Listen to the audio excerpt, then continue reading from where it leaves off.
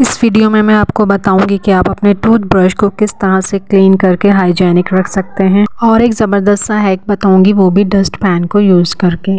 जहाँ जहाँ हम वहाँ हमारा हैंड फ्री को मैनेज हम किस किस तरह से कर सकते हैं, ये भी आपके साथ शेयर करूंगी। टूथपेस्ट के खाली पैकेट को फेंकने से पहले एक बार ये वीडियो ज़रूर देख लीजिएगा, बड़े काम की चीज़ है ये भी। मोबाइल चार्जर को चार्जिंग के अलावा इससे हम और कौन कौन से काम ले सकते हैं ये भी शेयर करूंगी। इस तरह के आर्टिफिशियल इयररिंग्स को यूज़ करके हम अपने हज़ारों रुपए बचा सकते हैं। ये जानने के लिए वीडियो को स्टार्ट टू एंड देखना हरगिज़ न भूलिएगा। आज की वीडियो टिप्स एंड ट्रिक्स से भरपूर है जो कि हमारे घर में डेली बेसिस पे इस्तेमाल होने वाली चीज़ों को और भी आसान बना देंगे। So keep watching. Assalamualaikum everyone, welcome back to my channel Tips and Tricks with Hina. I hope you all are good and I am also fine, अल्हम्दुलिल्लाह। डस्ट पैन से कचरा उठाते उठाते थोड़े दिन बाद इसकी हालत भी कुछ गैर सी हो जाती है। तो एक छोटी सी टिप ये है कि कचरा उठाने से पहले अगर इसके ऊपर एक पॉलीथीन चढ़ा दिया जाए और फिर कचरा उठाया जाए, चाहे वो गीला कचरा हो या सूखा, ऐसा करने से ये डस्ट पैन बिल्कुल साफ रहेगा। टिप नंबर 2 ये है कि टूथब्रश को क्लीन और हाइजेनिक रखने के लिए मैं जो टिप यूज़ करती हूँ वो ये है, हाफ कप नीम गर्म पानी लेकर उसके अंदर 2 टेबल स्पून विनीगर और 1 टीस्पून बेकिंग सोडा डाल देती हूँ और इसके अंदर मैं ब्रश को आधे 1 घंटे के लिए डिप करके छोड़ देती हूँ। हर ब्रश को अलग अलग ही डिप करती हूँ ताकि एक ब्रश के जर्म दूसरे में ट्रांसफ़र ना हो। ये प्रोसेस मैं हर 2-3 दिन बाद दोहरा लेती हूँ। ऐसा करने से ये होता है कि 1 महीने में अगर ब्रश चेंज करते हैं तो इससे आपका ब्रश 2 महीने बाद चेंज करने की नौबत आएगी। टिप नंबर 3 ये है कि यहाँ पर मैंने एक प्लास्टिक बैग ले लिया है। अब मैं इसको सीजर से राउंड शेप में कट कर लूँगी। अब ये जो प्लास्टिक का मैंने सर्कल कट किया है, इसको मैं अपने चीनी के जार के लिड के नीचे रख दूँगी। इससे क्या होगा, इससे ये होगा कि ये अब हमारा एयर टाइट जार बन चुका है, क्योंकि गर्मियों में चीनी में चूटियाँ हो जाती हैं और चीनी को चूटियों से महफूज रखने के लिए इसके अंदर हमने प्लास्टिक बैग कट करके लगा दिया है। तो इस तरह से अब चूटियाँ नहीं इसके अंदर जा सकेंगी, क्योंकि ये एयर टाइट बन गया है, तो हमारी चीनी महफूज रहेगी। टिप नंबर 4 ये है कि जब भी हम घर में ब्रेड मंगवाते हैं और अगर ब्रेड का हाफ पैकेट बच जाता है तो इसको इस तरह से ट्विस्ट कर दें और इसका हाफ पैकेट ऊपर से नीचे की तरफ फोल्ड कर देंगे। इस तरह से ये अच्छी तरह से लॉक हो गया है और अब ये हमारी ब्रेड काफ़ी टाइम तक फ्रेश रहेगी। टिप नंबर 5 ये है कि अक्सर हमारे घरों में इस तरह के पैकेट्स आते हैं। ये पैकेट किसी भी चीज़ का हो सकता है। तो समटाइम ऐसा होता है कि हमारे पास कोई जार नहीं होता है, कोई फ्री नहीं होता जार, जैसा कि अभी मेरे पास नहीं था कोई जार फ्री। तो मैं क्या करती हूँ, मैं इसको इस तरह से फ़ोल्ड कर लेती हूँ। जिस तरह से ये आप देख रहे हैं ना मैं इसको किस तरह से कर रही हूँ, तो इस तरह से मैं इसको फ़ोल्ड कर लेती हूँ। इससे ये होता है कि ये जो पैकेट है ना, ये इतना अच्छी तरह से लॉक हो जाता है, बिल्कुल बहुत अच्छी तरह से।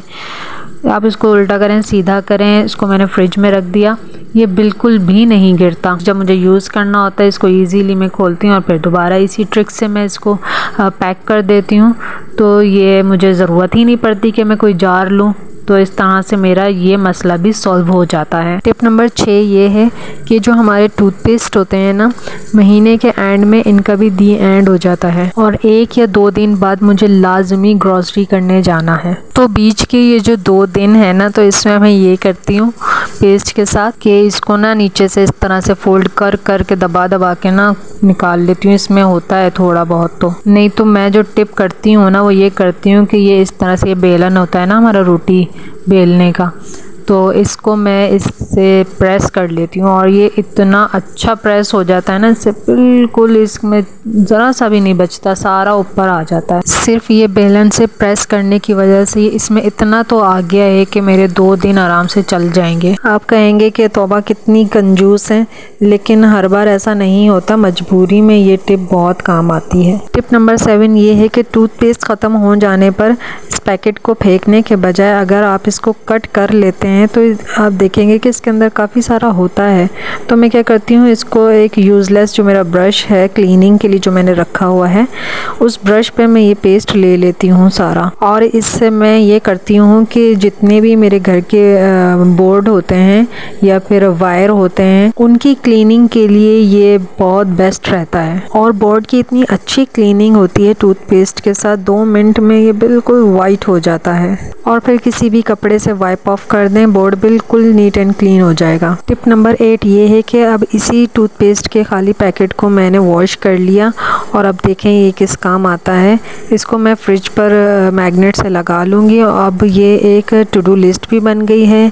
या फिर मैं ऐसा करती हूँ कि मुझे जो जो चीज़ें मंगवानी होती हैं और याद आ रही होती हैं, जैसे जैसे मैं इस पर लिखती जाती हूँ तो फिर मेरे हस्बैंड आकर, जो उनको पता है, वो यहाँ देख लेते हैं लिस्ट में और वो सामान लेकर आ जाते हैं। इस पैकेट की खासियत ये है कि इस पर जो भी लिखते हैं ना तो वो रिमूवेबल है। तो अब इस पर जो भी मैं लिख रही हूँ फिर मैं दूसरे दिन इसको रिमूव करके दोबारा जो मुझे लिखना होगा वो मैं लिख दूँगी इस पर। अब देखें ना, टूथपेस्ट का खाली पैकेट वेस्ट में जाने के बजाय हमारे लिए कितना यूज़फुल रहा। टिप नंबर 9 ये है कि जब भी हम ट्रैवल करते हैं ना तो एक हैंड फ्री और चार्जर हमेशा हमारे हैंड बैग में हमारे साथ ही होता है, क्योंकि हैंड बैग में और भी बहुत सारी चीज़ें होती हैं। तो हैंड फ्री जो है ना वो कुछ उलझ सी जाती है, जिसकी वजह से हैंड फ्री या चार्जर बहुत जल्दी ख़राब हो जाते हैं। तो हैंड फ्री को मैनेज करने के लिए मैं जो ट्रिक यूज़ करती हूँ, हैंड बैग में पेन तो होता ही है, तो पेन पर मैं इसको अच्छी तरह से रैप कर लेती हूँ। तो इससे ये होता है कि हैंड फ्री जो है ना वो बिल्कुल सेफ़ एंड सिक्योर रहती है, ख़राब भी नहीं होती। एक दूसरी ट्रिक ये है हैंड फ्री को मैनेज करने की, जो कि मैं यूज़ करती हूँ कि ना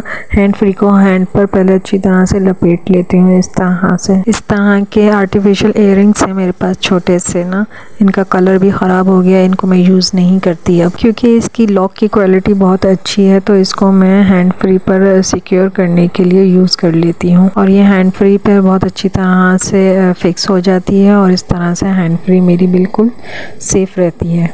इसी मेथड से मैं चार्जर को भी रखती हूँ। वायर को चार्जर पर लपेट कर और इयररिंग से मैं इसकी वायर को सिक्योर कर देती हूँ, तो अभी ये आराम से बैग में आ जाता है और दूसरी चीज़ों के साथ उलझता भी नहीं है। तो जाहिर है फिर ये चार्जर जल्दी ख़राब भी नहीं होता इस तरह से। टिप नंबर 11, 3 पिन वाले चार्जर के भी मल्टीपल टास्क हैं। लेट्स सी चार्जिंग के अलावा और किस तरह से हम इसे यूज़ कर सकते हैं। 3 पिन होने की वजह से इसे मैं अक्सर as a mini tripod lower shot लेने के लिए भी यूज़ कर लेती हूँ और इसी चार्जर को as a mobile stand use करके मेरे बच्चे मिलकर कार्टून्स भी देख लेते हैं। वीडियो को एंड तक देखने के लिए thank you so much. Next video में मिलूंगी न्यू टिप्स एंड ट्रिक्स के साथ। Take good care of yourself. अल्लाह हाफिज़।